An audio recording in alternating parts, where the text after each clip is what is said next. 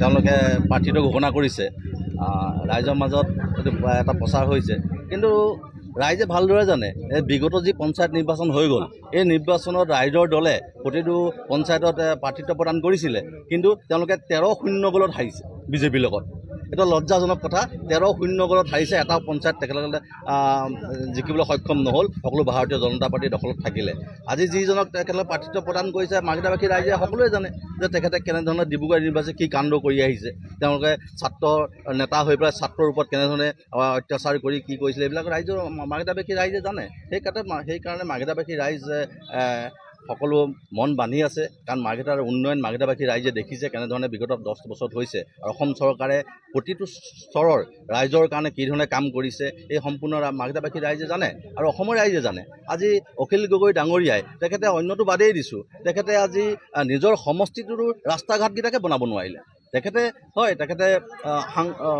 বিধানসভাত যথেষ্ট জোৰে চিঞৰ বাখৰ কৰে, অনৰ্থক কথা লৈ তেখেতে বিতৰ্ক সৃষ্টি কৰে, কিন্তু প্ৰকৃতাৰ্থত য'ত কৰিব লাগে তাত তেওঁ মাত নামাতে। আজি খিলঞ্জীয়া অধিকাৰৰ ক্ষেত্ৰত তেখেতে মাত নামাতে। কেইজন খিলঞ্জীয়া সত্ৰ যে মাটি দখল কৰিছে আজি অবৈধ বাংলাদেশীয়ে, সেই ক্ষেত্ৰত তেওঁ কেইবাৰ মাত মাতিছে।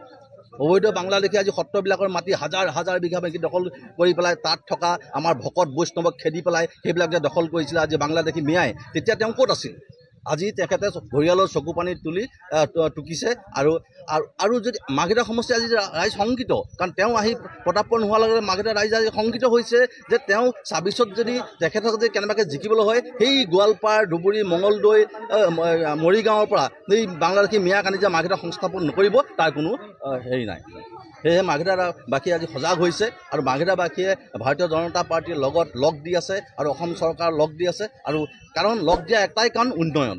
আজি অসম চৰকাৰে যিদৰে উন্নয়ন কৰিছে, কেন্দ্ৰীয় চৰকাৰে যিদৰে উন্নয়ন কৰিছে, আজি সকলো ক্ষেত্ৰত সকলো স্তৰৰ ৰাইজক উন্নয়নৰ কাৰণে কাম কৰি আহিছে। সেইকাৰণে মাৰ্ঘেৰিটাবাসী ৰাইজ সদায় মাৰ্ঘেৰিটাবাসী ৰাইজ ভাৰতীয় জনতা পাৰ্টীৰ লগত আছে, কাৰণ বিগত পঞ্চায়ত নিৰ্বাচনত আৰু বিগত হৈ যোৱা প্ৰতিটো নিৰ্বাচনত 80% ভোট ভাৰতীয় জনতা পাৰ্টীক আজি মাৰ্ঘেৰিটাবাসী ৰাইজে দিছে, আগলৈও দিব, এইটো কথা স্থিৰ। আৰু যিমানেই যি নাহক লাগিলে তেওঁলোকৰ কথা ৰাইজে জানে, কাৰণ এইটো কথা আমি গম পাওঁ যে বিগত নিৰ্বাচন দুটা এটা ৱাৰ্ড সদস্য ৰাইজৰ দল জিকিছিল আৰু তেওঁলোকৰ নেতৃবৃন্দই তেওঁলোকৰ লগত বেলেগ দলৰ লগত যোগাযোগ কৰি লাখ টকা খাইছে। তাৰো আমাৰ হাতত প্ৰমাণ